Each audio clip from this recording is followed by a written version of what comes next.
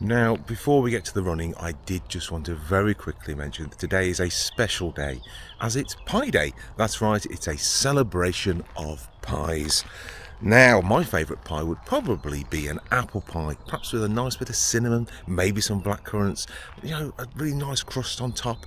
And if you're having that with, it's hot, a nice cold ice cream to go with that. Or maybe if the pie is cold, then a lovely warm custard. I love that contrast of texture and temperature. Absolutely lovely. Now, if we're talking about savoury pies, then I guess my favourite pie would probably... Oh, sorry, 1 second. What's that, mate? What do you mean it's not about food? What? It's Pie Day. What? Mathematical equations? I don't know what you're on about, mate. What? Only in America? What's the date got to do with anything? What do you mean the way they write the date? What has the date got to do with pies?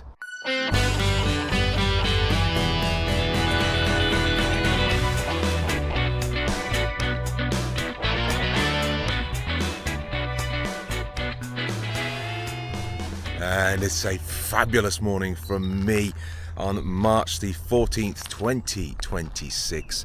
After a brilliant run at Fradley last weekend, I am back doing parkrun this week. Now at Fradley I achieved a 10k and a 5k PB. Now whilst the 10k time was chipped, there wasn't actually a timing mat halfway round, so the 5k was a watch PB, but I'm still going to take it. It was 27:01, which I'm very happy with, of course. Still got to get under that 27-minute mark though, and obviously that's not my parkrun PB either, so I need to work on that. But today's not the day for that. I did a 28k long run the other day, and it has left my legs still feeling quite tired. It is only 5 weeks to Manchester. In fact, when this video comes out, it'll only be 4 weeks, 3 days. That's very scary. Next weekend I have got the Iron Bridge Half, which I'm really looking forward to. So absolutely the main thing at the moment is injury avoidance. That's the primary goal. So today I am at Sence Valley Forest Park.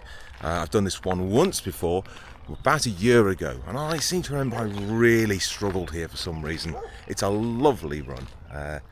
Most memorable for the fact that the car park's all the way up there, and you have to walk all the way down a slope to get to the bottom of here, where we run around the lake over there. So, really looking forward to this one again. I'm hoping for a slightly better time than last time. I've got just over, about 30 minutes, 30 seconds or time like last time, so we'll see what we get today.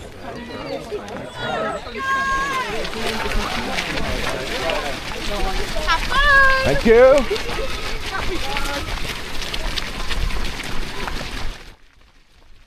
Slightly controversially, we started the run at 8:58. I guess the RD was keen to get things moving. Now I quickly remember why this course was so challenging, but we'll come to that a bit later. As the stats show, this is an uphill start with a gradient between 3 and 6%. That's if you believe the stats. The gradient figure is still all over the place on each video I do, and I have contacted DJI regarding this. I don't know if it's them or me that's causing the issue, but it remains. Whilst the incline is not welcome now, when we come back this way, the downhill to the finish makes for a nice end. The course quickly levels out to flat, and we all push on. We turn towards the lake and then do a right, essentially coming back parallel to the first path, but closer to the lake. The park is well maintained, and there are a number of these stone bridges across the park.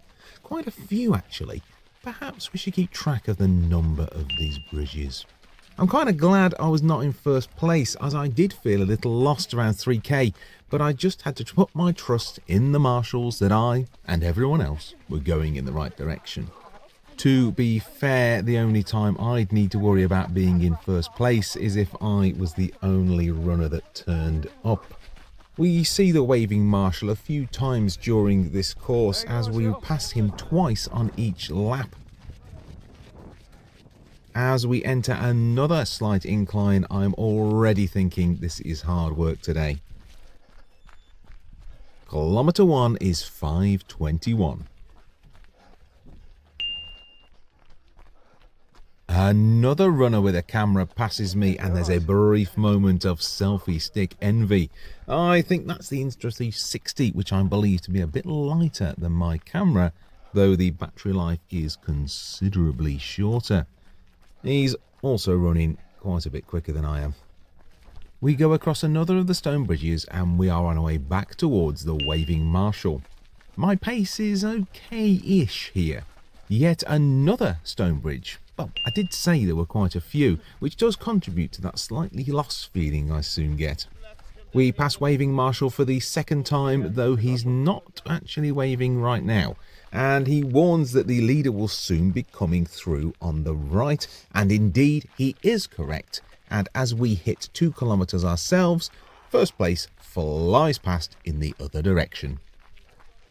Kilometre 2 was 5:41. Over another bridge. I think this was the first bridge we went over, but in the other direction. As per the lap sign, we carry straight on and there's a short, sharp incline to the left for us to tackle. This part reminds me a bit of Bab's Mill, as you go up the incline, across the top and back down the other side. Though my overall pace has slowed a lot, I do push hard into this slope to get up it. Not even halfway yet and I'm absolutely cream crackered. Oh. I don't know what it's about this course, but I don't know how to take it out of here.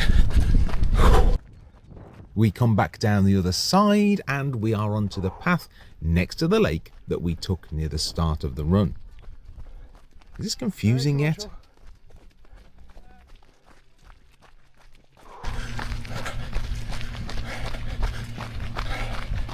I think trail shoes might have been a better choice today.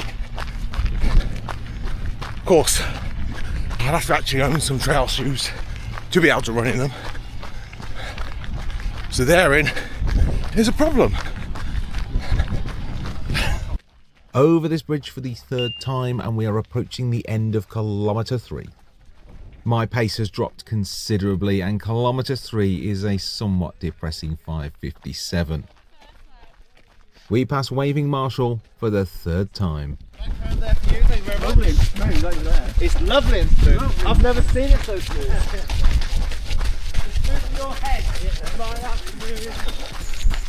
As smooth as your head? What?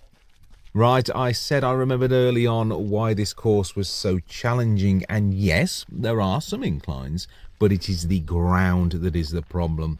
A lot of the course we are running on is very fine gravel that actually feels underfoot like sand in some places. I believe that this is very energy sapping and contributed to the difficulty I had maintaining a pace. I think that trail shoes may have helped a lot and might have helped with the grip on the ground. Yet another stone bridge to add to the count. We're coming up to kilometre 4 and my pace is dreary, resulting in a 6 dead for that one. Over yet another bridge. And another one. Actually, 4th time over this one. We turn left onto the final part of the course, the path we did right at the start. There's a lovely bit of camaraderie here in a moment as White Top up ahead decides he's had enough and has a little walk. Come on, mate! Come on, run in with us! Come on!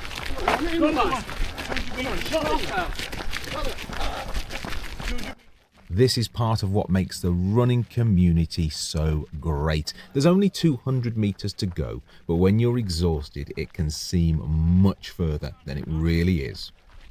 Spurred on by that show of sporting companionship, I find some energy from somewhere and have a final push across the line, getting well into the 4s. Thank you guys.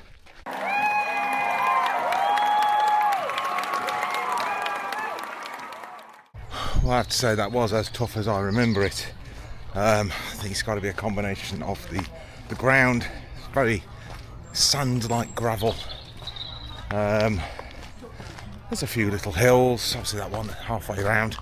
But it's actually not too bad at all, really. Reminds me a bit of Babs Mill, that bit. But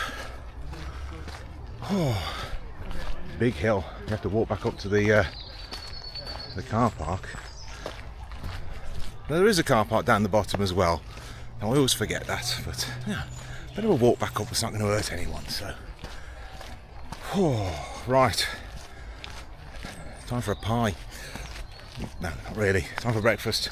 All the best. Thanks for coming. If I don't see you before, you have a lovely Christmas. Ta-ra.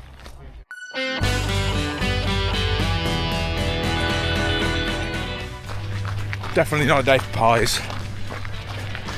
Pies will not help with this. That was a nice salad. Salad?